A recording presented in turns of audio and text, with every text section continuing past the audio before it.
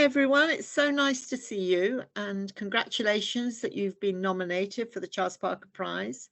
As you know, Charles Parker was my dad and I've sort of, well not, it would be a bit big of me to say I've followed in his footsteps, but I am a radio producer and I absolutely love radio and love audio in general.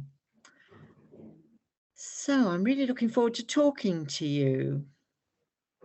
And I think we'll start with Lottie because I've been desperate to talk to you about your piece, Under the Sea.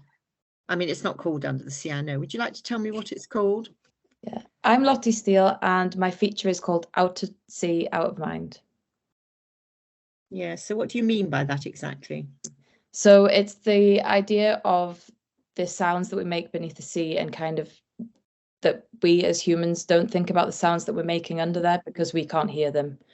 So it's kind of out at sea, which is outside, out of mind. And how is that sort of, because it was originally an art project you were involved in, wasn't it? And then it moved on to, is that right, onto the science side of it? No, it was always just the audio documentary, and then I spoke to some scientists and found out more about it. So you enjoyed making it? Yeah, I really enjoyed making it. I learned a lot about what happens beneath the sea that I didn't know before. And how did you make how did you use your sound design? What was the? So I used the hydrophone that we bought with the university, and I went out and I recorded a lot of soundscapes from beneath the sea. And then on one day I was lucky enough for some porpoises to come by the harbour and managed to record them as well. And then they were kind of interfered by a boat. So that was kind of what I was showing, the boats and the noises that the boats make, and how they interfere with the animals communicating with each other. And then I kind of layered these sounds underneath, and I also used some of the sounds recorded by the participants and contributors. So somebody he'd recorded whales up in the Outer Hebrides, and another contributor who had recorded the sounds of limpets, and I used them all and layered them. Okay, well, good luck. See what happens with it.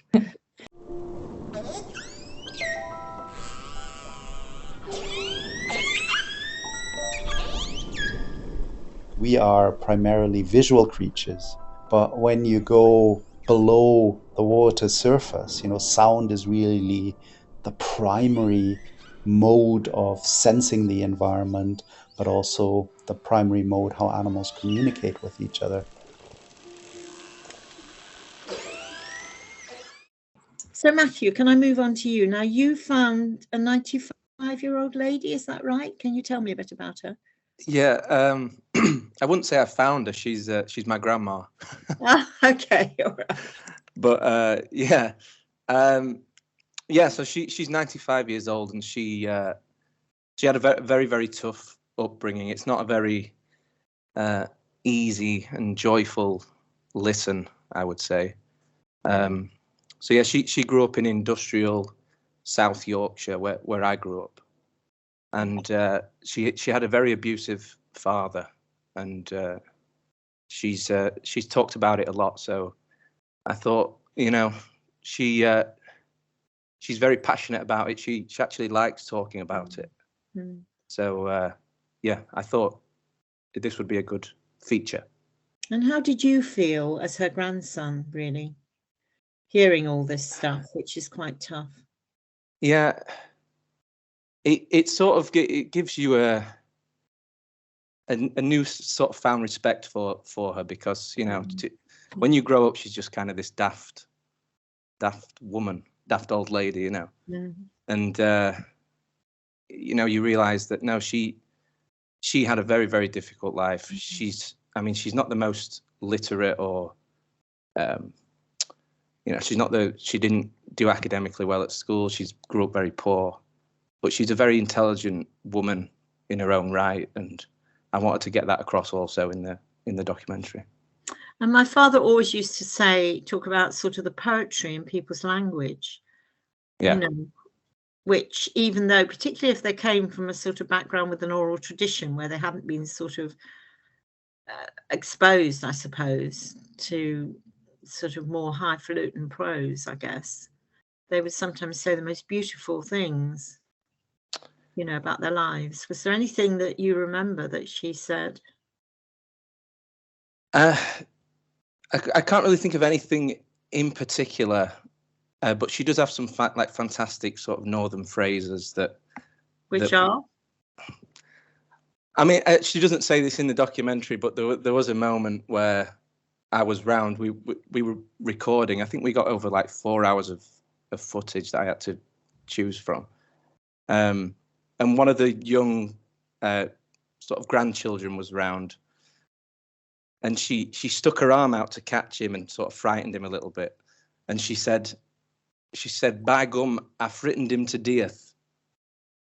Oh, what does that mean? I frightened him to death. Oh, my dad would have loved that, you see, because he loved all that sort of language. And yeah, well, I have to say that so I've had this material for about a year now, and I always knew I wanted to get my grandma's story out somehow. But I didn't think it would be like a radio documentary. But then when I heard your father's material, so the Ballad of John Axon and a couple of the others, I did sort of think that this kind of fits perfectly.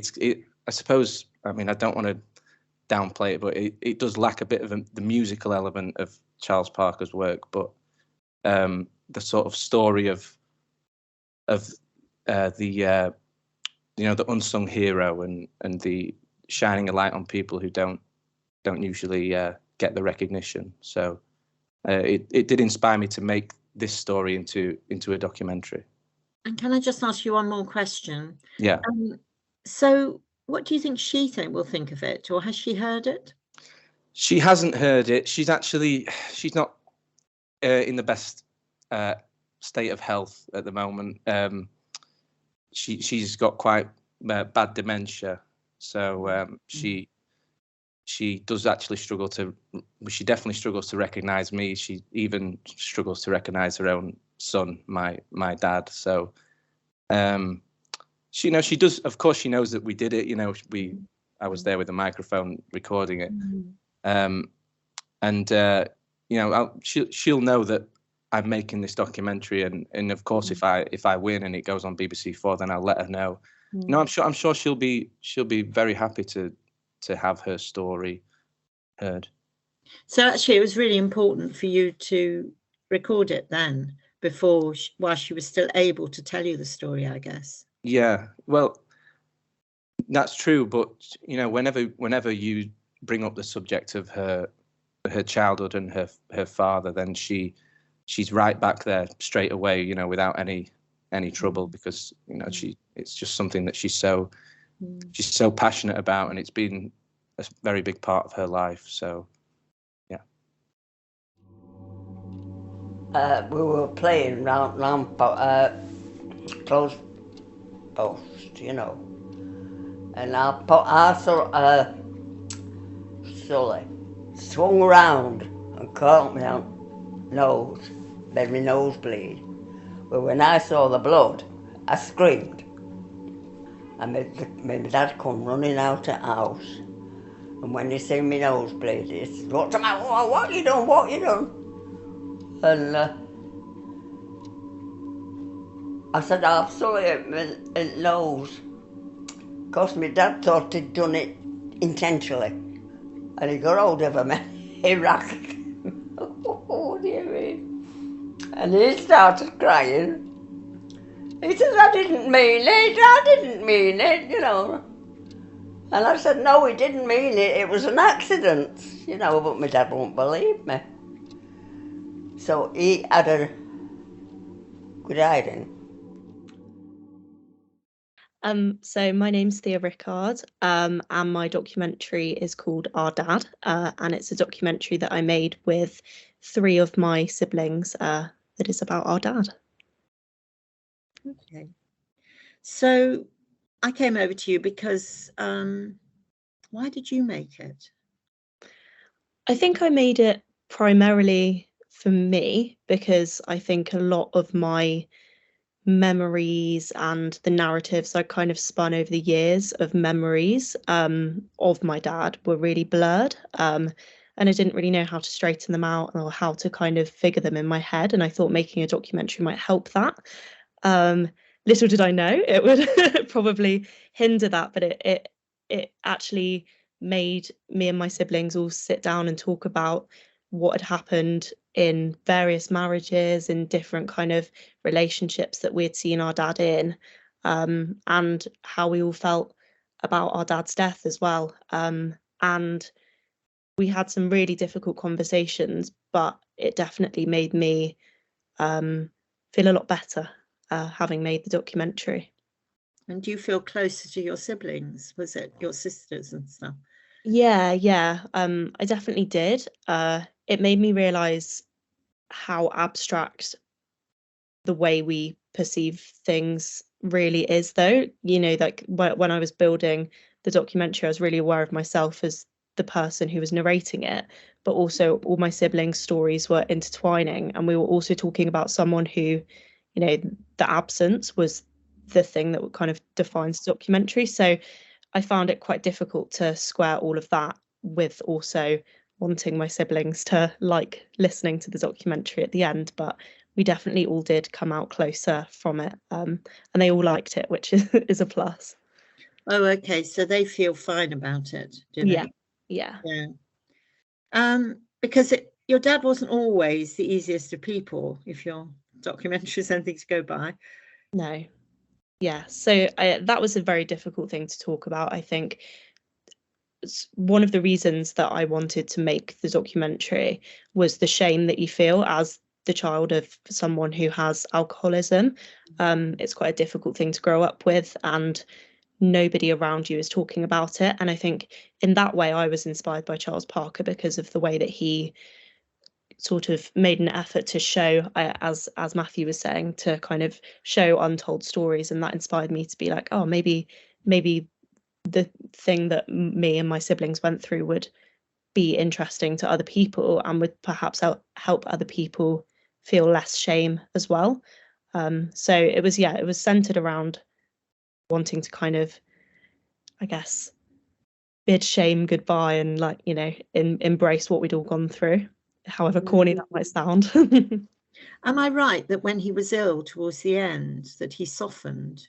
Yeah, that was a really difficult thing, and I think that was the thing that I struggled most with making the documentary, because I think it's very easy to, I mean, I say this in the documentary, it's very easy to portray somebody as, you know, abusive and somebody who is totally horrible and mean and malicious, but, you know, nobody is like that really. And, you know, how are you meant to kind of objectively show that that's not the case when you have your own feelings towards it? And I was kind of playing with those things throughout making the documentary. But also it was really nice to accept that that was a big part of it, and also lovely to hear that my siblings had the same feelings towards the end of his life that I did as well. That felt very gratifying.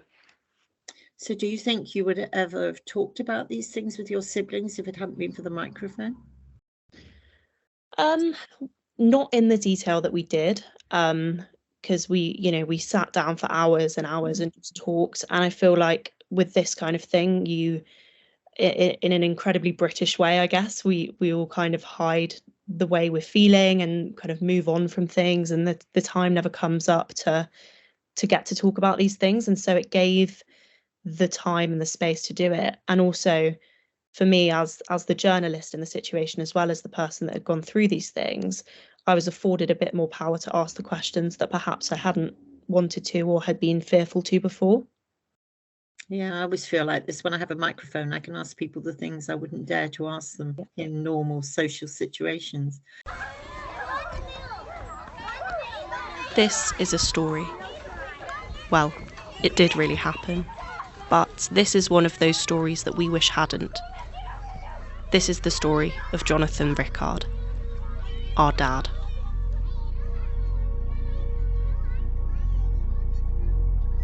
Would you have described him as abusive? Yes, definitely. I'm Lydia Kenny, and the piece I've made is called Family Tree, in which I talk to my mum about the secrets that were kind of withheld from her growing up, and what that means to future generations of my family. What I loved was the fact that you set it in a wood. I thought that was so clever. Yeah, I really wanted. So my granny, who is a key character in the story, was a watercolor artist. In fact, you can see one of her paintings just here. Oh, yeah, there you go. Can we have a close-up of that, or is that too difficult? I might see if I can find a good painting for the photo to send in with the with the documentary. So yeah, so my granny was a watercolor artist, and she and my mum's dad, so my grandfather, planted this huge garden right at the end of Cornwall. So I thought it was quite fitting to have the kind of narrative of trees and the art and the family trees going through. Yeah. So did that bring you closer to your family, do you think? How did they feel about what you were doing? Yeah, so the story was it wasn't withheld from me and my siblings. Like we were very aware of it, but I hadn't really properly sat down to question my mum about her feelings and the actions that she's chosen to go forward. I don't think it's really spoiling it to briefly say, when my mum was 22, her father died in a swimming accident, and that night her mum told my mum that her father had 3 other children that she didn't know about. So she had 3 half brothers that were kind of 3 families effectively, or 2 families which were effectively disowned by her father, my grandfather, and none of the rest of her family had told her. Her mother hasn't told her. So yeah, kind of it follows how she dealt with that. And had she told you before this? Yeah, so I was aware. She managed to find the birth certificates of them. I guess the question that I had and my siblings had was, why didn't she go further than and really try and track them? But throughout making the documentary, I learned a lot of why, and lots of different reactions. I've been particularly interested to hear different people's reactions of what they would do in that situation.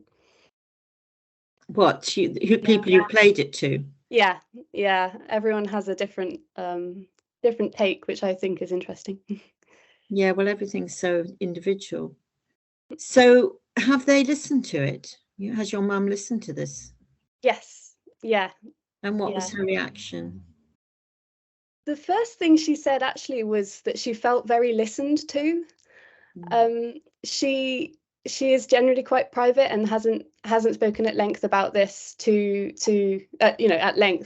me or my siblings. So it felt really special to share that together, that moment together. Yeah. If you get close up, you can see the paper showing through the soil.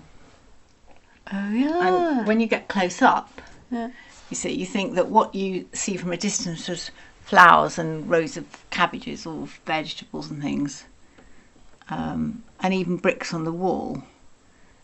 It's just brown paper. It's just brown paper and brush strokes. Yeah. Oh yeah, you look even in the sky. Yeah. Oh look here. Yeah. The roof. Yes. Yeah. Yeah. Oh, I hadn't noticed. So it's actually very rough, and yet what the eye sees is plants and soil and flowers and leaves on the trees and a bird.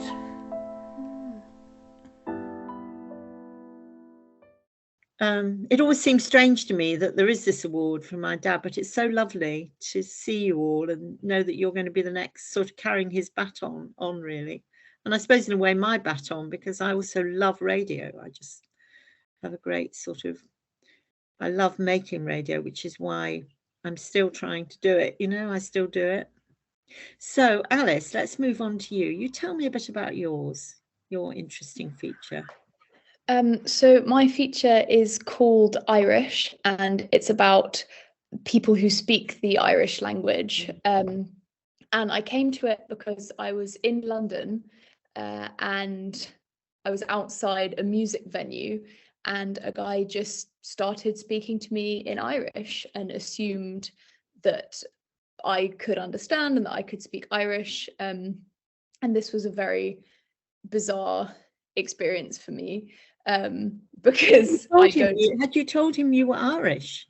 No, I was it was sort of a weird hybrid venue, which they rent out the sort of attic space for music, but the downstairs is the London Irish Centre, which I didn't realise until I was outside, and this guy started speaking to me, and I didn't know that anybody spoke Irish. In my mind, Gaelic was an ancient language that no longer existed, and so to be suddenly spoken to in it was bizarre. And so I got to talking with this person, and I learned that there's this whole community of people who are trying to keep the language alive and keep it going, and that it's never really died out, but it's has dwindled because it was a thing of like many colonized countries, English was the language of the rich and the educated, and so people who spoke the native Irish didn't teach Irish to their children because it was a matter of shame to speak Irish, and so it was kind of intentionally cut out by previous generations, and then now the new generations are sort of intentionally trying to pass it on to their children. So there's been a sort of dip in Irish speakers, and now hopefully it's on the way up. But yeah, I was sort of inspired by Charles Parker's work because of this sense of the oral tradition and telling stories of the actual people involved in something. So rather than talking about the political situation around Ireland and the Northern Ireland Agreement and all of this, I wanted to talk to the people who actually speak it and the people who this affects. And those I spoke to told me so much about the meanings of words and place names, and that Irish is very, very rich and layered. So the word Dublin, Dublin, means Black Lake. And that is very important to Irish people, those place names that have a real meaning. It's interesting because I'm doing a programme that involves Scottish travellers, gypsy travellers. And the presenter, who's Anita Arnott, was talking to one of the main contributors, and they were talking about the language. In Scotland, it's cant. And she was saying, oh, how do you say hello and thank you? And the amazing thing was that the words were very similar to Hindi. And of course, a lot of the, they think the nomadic peoples, sort of came through from India in times past. And it was an extraordinary moment. It actually makes me sort of shiver just to think about it, the two of them exchanging words, language. It's such a strong thing. So have you learnt to speak Gaelic then? No, I learnt a couple of things. I learnt to say sort of hello and thank you and goodbye. But it's very, very complicated because the root is a completely different one from English. So the spelling is different, the pronunciation is different. But I I did my best. I sort of thought about making it sort of interspersing this story about trying to get more people to learn the language alongside me learning it. But it was the barrier to entry was so high that I found that I couldn't, especially without a sort of nearby access to someone that spoke Irish.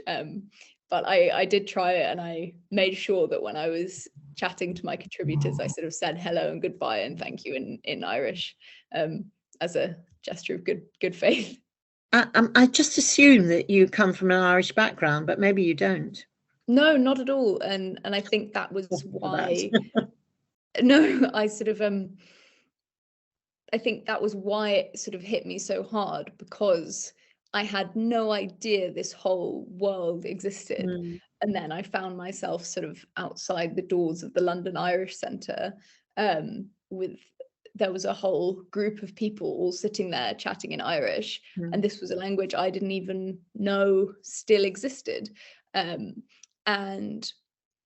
so I felt it was really important to make the feature, because most of the people I've spoken to about it, or the people who've listened to it since, they also didn't know that Irish as a language still existed, and that there are whole communities in Ireland in these areas called the Gaeltacht, where Irish is the lingua franca, and it is assumed that if you go into a shop, you will be spoken to and served in Irish. And so I think the fact that I am English, and, you know, we're all aware of Welsh and the fact that people are fighting for, you know, the road signs and court cases to sort of happen in Welsh, and for Welsh to be, to grow and not lose that heritage. But that conversation isn't really being had about Irish in the circles that I'm in. That's not something that I was aware of. And so I thought it was important to spread that conversation beyond Ireland and Northern Ireland, and actually bring it into sort of England, where, you know, it's our problem too. Is mis os grokira, is mak me le carbrokira, and is mak me le sali ihira. So that's who I am. So it is everything. Does that make sense? It's like it's to deny it would be kind of to deny everything.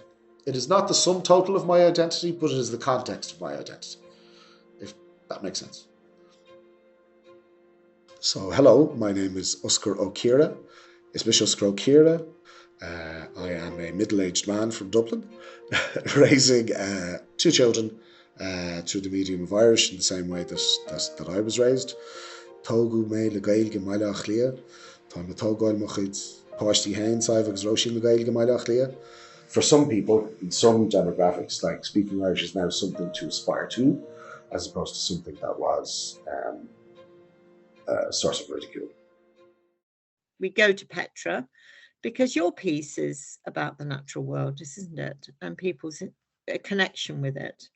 Yes, it is. It's about house martins, but it's also not about house martins, which is probably the nature of what we do. But yeah, so it's about house martins, but it's got lots of different voices in it, and the reason why, there are 2 reasons really why I wanted to make this audio documentary.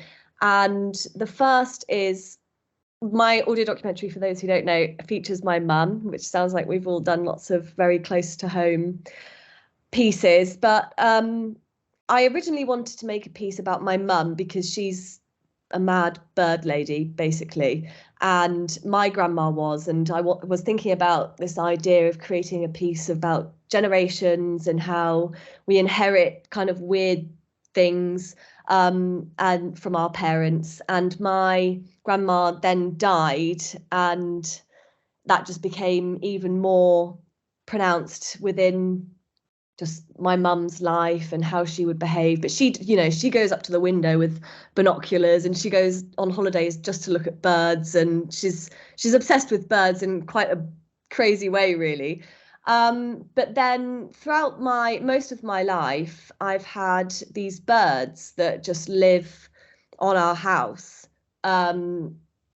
Throughout, they kind of arrive now, really, this time of year, and then they go away, and I've never really thought anything of it.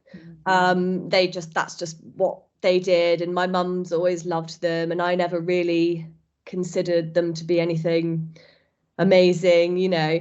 But after my grandma died, and this kind of love of birds just became more and more spiritual for my mum, and I think that she had this love of birds to still connect with my grandma after she passed away, and that just became more and more. My mum started to, she always did love the house martins, but she started to kind of really focus on them more and more, and she started this charity to look after the house martins. And I started thinking, why are these birds so amazing? I mean, she was really really obsessed with them, and she absolutely loves them. She goes outside when they arrive and she's screaming up at the house. And I don't know, I suppose I just suddenly just decided, well, why are these birds so amazing? And I had no idea that when they fly away for winter, nobody knows where they go. And that kind of made me think, how can nobody know where they go? You know, that's crazy. We tag birds, we do all these things, and so there was those two reasons really. Obviously, I was suddenly intrigued by these house martins, but also they're also a very personal thing to my childhood and my family, and then I just slowly started to realize, as my mum started to create this charity, that she wasn't the only crazy house martin lady. And I spoke to all these other people, and they all had amazing reasons as to why they love them as well. And I suppose birds are just a very spiritual thing, aren't they, for lots of people? It's just exhilarating when they do turn up, and just like seeing their little black and white bodies, like mini orcas, like little mini killer whales.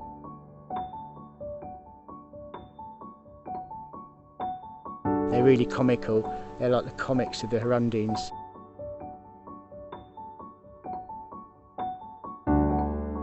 The thing that got me hooked was they came every year, and it's almost like they choose your house. It makes your house kind of special.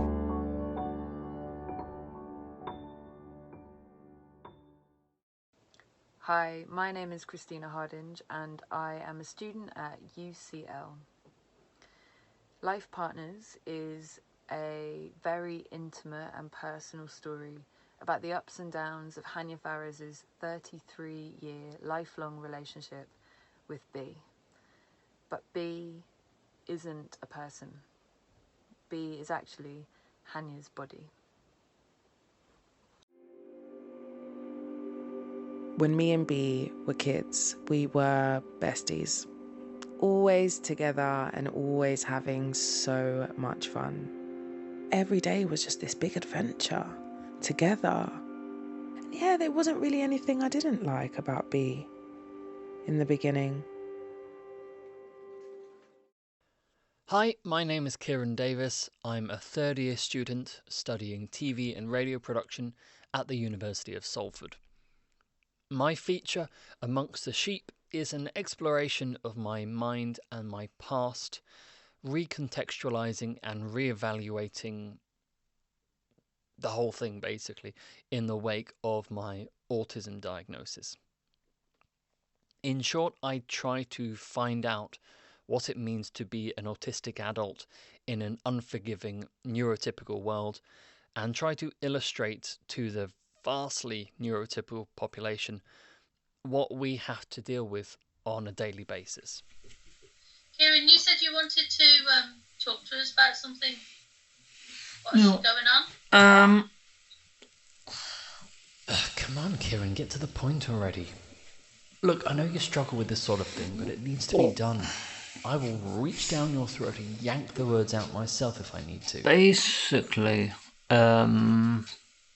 Come on, while we're young. After like a while of thinking and research. Come on. Get a move on. Just say it already, come on. I've got in contact with... Look, you're running out of words at this point. You may as well just say it. And I'm working on... Say the word. Organising... Come on, do it, you coward. Assessment for autism. There's an old Disney short called Lambert the Sheepish Lion. It was made in 1952, so I'm going to assume you haven't seen it. It's about a lion brought up by a herd of sheep. Lambert thinks he's a sheep too, and tries so hard to fit in with the others, but he can't understand why the other sheep leave him out and make fun of him all the time. I'm George Ruskin, an audio producer based in London, and my feature, Harassment Architecture, explores anti-homeless architecture in London from a homeless perspective, and more generally explores hostile design in our public spaces and the effect that it has on all of us, especially the quite artistic design that goes into these features that are springing up everywhere. I spent 6 months living under a railway bridge.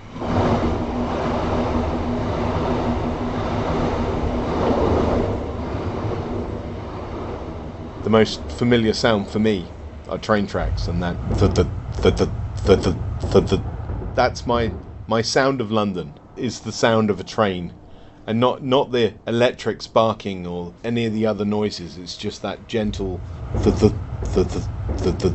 because if you got your head laid down, you got your ear covered up to block out all of the crowds and the people that are walking past at 3 o'clock in the morning out of the clubs. They're ignoring you because they can't see you. You're not part of society. The only thing I hear is that that's resonating through the ground. That truly is my sound of London. The sound of the railway, without all of the outside noises, without the traffic and everything else. And all I can hear is that noise going through the ground of the thump, thump, thump, thump, thump.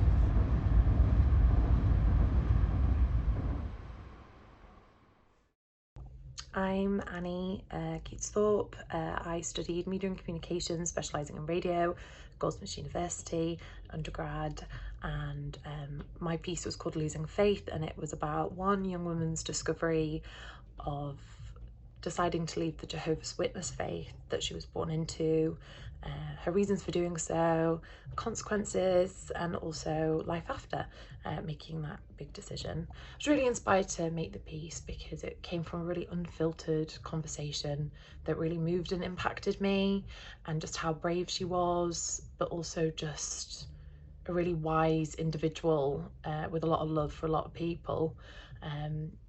And also how families can find new equilibriums after big changes, and that's something that's explored. I feel that Charles Parker's influenced my work quite a bit because telling stories through the voices of the individuals without interviewers is something that is definitely reflected in my work, just letting people tell their own stories and just that unfiltered dialogue. I just think it's really powerful and moving and really inspired me.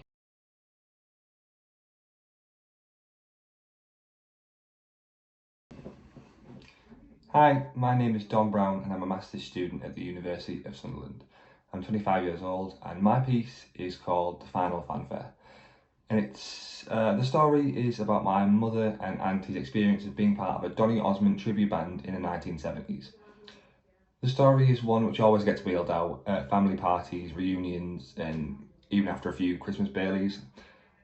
So when it came to putting forward an idea for a university project in December of 2022, my tutor Andy Cartwright really had to remind me of the unique and hopefully interesting nature of the story, because I've been so overexposed to the story myself in family life. The story follows two girls performing locally in Middlesbrough in the northeast of England and travelling to recording studios in London after being scouted and submitting their own pieces and becoming the voices of the Osmond European Fan Club, and then eventually performing in front of their idols.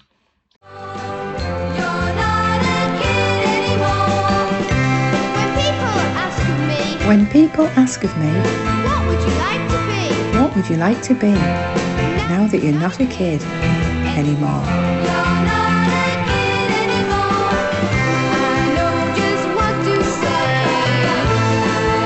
So my name's Bev Brown and I'm 59. In 1974, when I was 11, I was in a girl group called Fanfare.